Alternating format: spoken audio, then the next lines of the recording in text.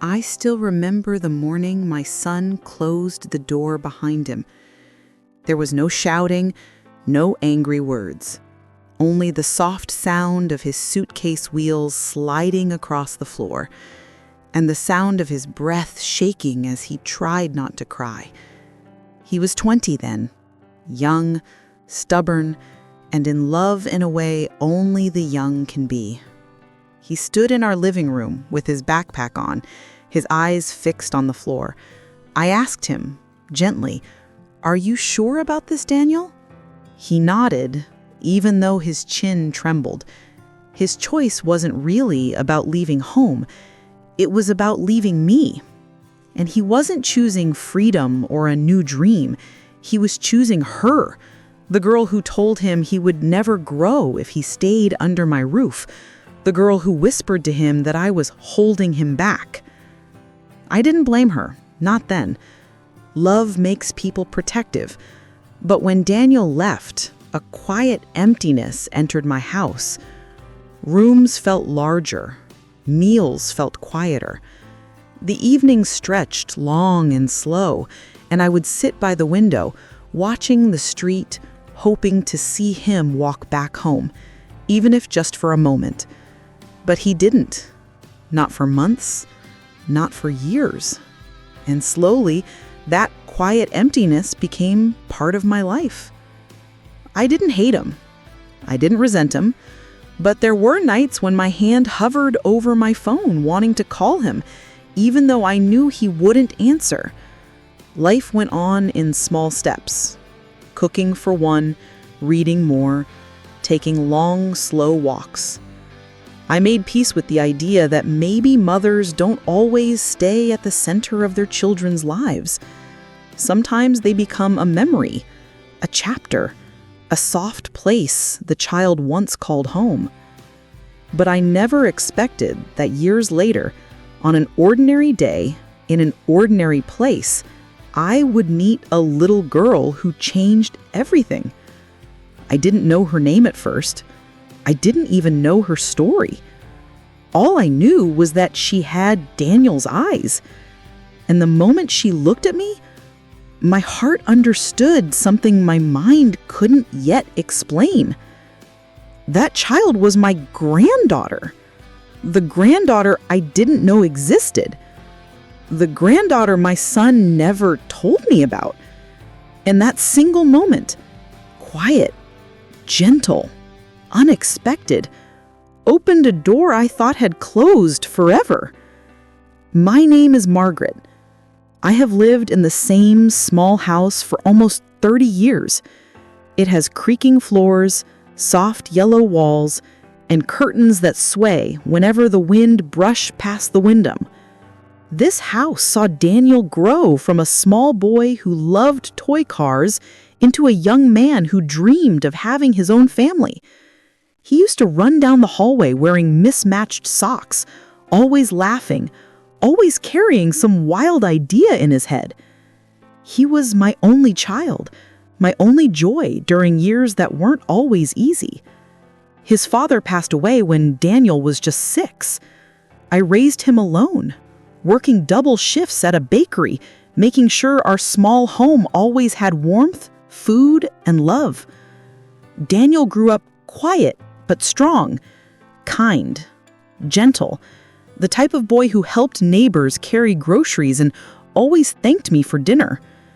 But when he turned 18, he met her, a girl named Alice. Pretty, confident, and full of dreams bigger than our small town.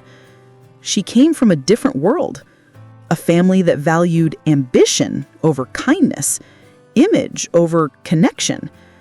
At first, I welcomed her with all my heart. She made Daniel smile. She made him talk about the future again. But soon, little things began to change. Daniel stopped joining me for breakfast. He spent more weekends away. He came home with new opinions, harsh ones, about how he needed to get away from small-minded people, words I knew weren't his. And then one evening, he came home late. He sat across from me at the kitchen table, his fingers tapping nervously. "Mom," he said softly, "Alice thinks I should move out." The words stung, but I kept my voice calm. "And what do you think, sweetheart?" He hesitated, but eventually he whispered, "I think she's right." It wasn't anger that filled my heart. It was loss, a quiet, familiar ache. But I smiled, because mothers do that. They smile, even when their heart hurts. I told him, "If this is what you need, I won't stop you." He looked relieved, and that hurt even more. The night he left, he hugged me tightly, one last long hug that felt like goodbye, though neither of us said the word. "I'll call you soon," he promised. But weeks turned into months. Months turned into years. And I learned to live with silence. It wasn't that Daniel forgot me completely. Every few months, he sent a short message. "Hope you're well. Work is busy. We're fine." Nothing more, nothing less. I didn't push him.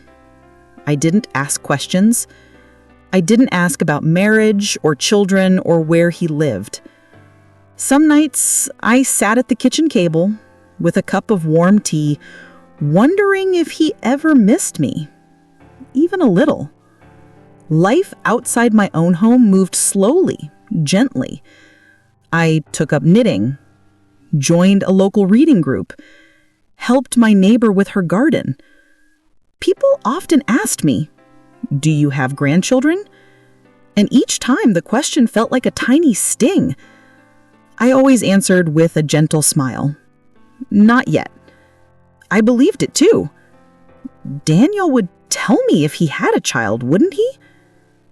One cloudy afternoon, I went to buy vegetables from a small market near the park. The air smelled of rain and families walked around with umbrellas. That's when I heard a soft voice. "Ma'am, can you help me?"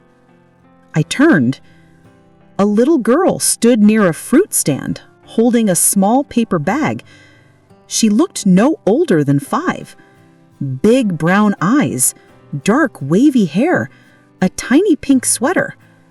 "Of course," I said, bending down. "What is it?" She whispered. "My bag broke. My apples fell." I helped her pick them up. Her hands were small and cold. When I smiled at her, she stared at me, long, curious, as if something about me felt familiar. Then she asked a strange question. "Do you know someone named Daniel?" My breath caught. The world seemed to pause. "Yes," I whispered. "I do." She pointed toward the other side of the market. "My mommy is looking for him." I followed her gaze.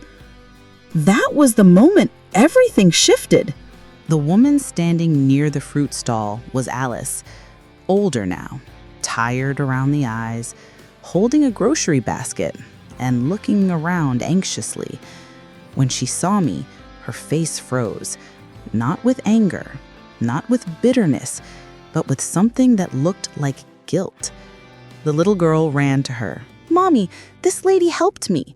Alice smiled weakly, whispered, "Thank you," then looked at me again, longer this time.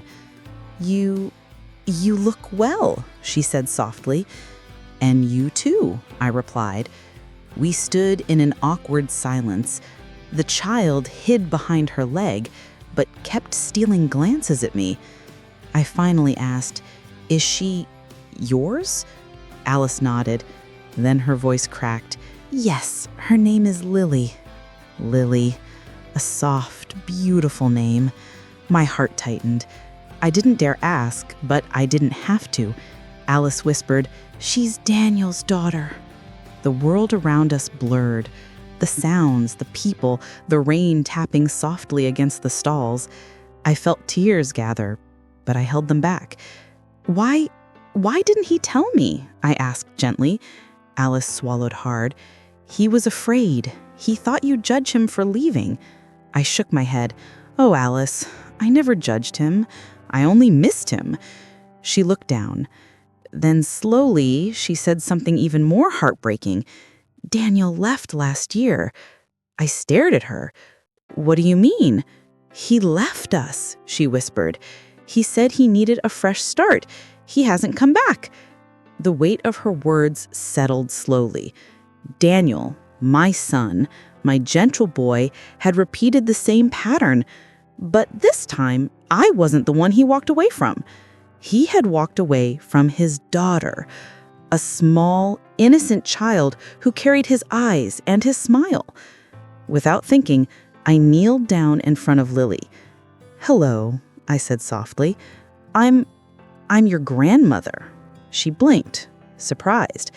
Then she smiled, the same crooked smile Daniel had when he lost a tooth at age 7.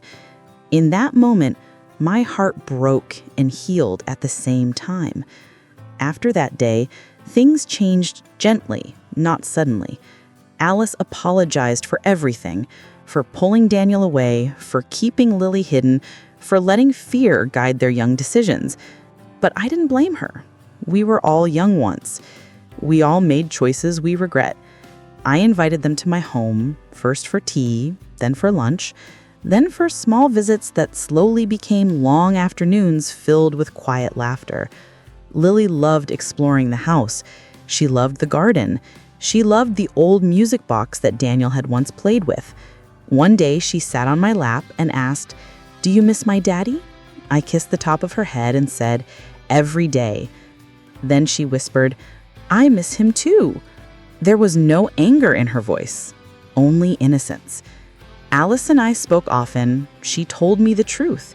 Daniel had changed after leaving home.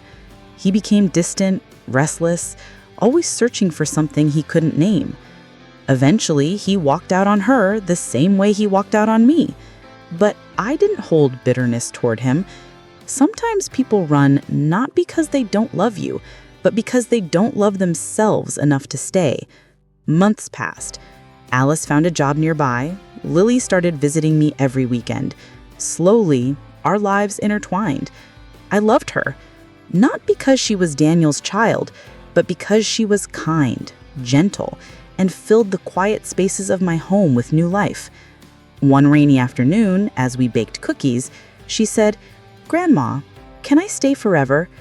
I didn't know what to say, but Alice, standing behind her, wiped her eyes and whispered, "I hope so." It has been 3 years since that day at the market. Lily is 8 now, bright, talkative, full of questions about everything. Sometimes she asks about her daddy. I tell her the truth, softly, gently. He loved you, but he was lost. And sometimes lost people walk away without meaning to. Alice and I grew close, closer than I ever imagined. We shared dinners, walks, long talks about the past and the future. One evening, as the sun set behind the garden, she said, "You're the only family Lily has, and you're the only one I trust." I took her hand and whispered, "Then we'll build a family together." We did. A quiet, gentle family with no shouting, no bitterness, only second chances. Daniel never returned. Sometimes that thought still aches. Sometimes I still hope he'll knock on my door. But if he ever comes back, he will find love waiting, not anger. Because hearts heal when they learn to forgive. Some nights, I sit on the porch with Lily beside me. She leans against my arm and talks about school, friends, dreams. Once she said, "Grandma, I'm glad I found you." I looked at her with tears in my eyes and whispered, "No, sweetheart, you saved me." And she did. She filled an empty house with laughter again. She turned loneliness into purpose. She gave me a second chance at motherhood. If you're listening to this story and you've ever lost someone to distance, pride, or love, remember this. Life has a way of circling back, of placing the right people in your path when you least expect it, of healing wounds you thought would never close. Sometimes love leaves, but sometimes it returns in a different form, with smaller hands and eyes that look familiar. And sometimes what you lose comes back as a miracle you didn't even know you were waiting for.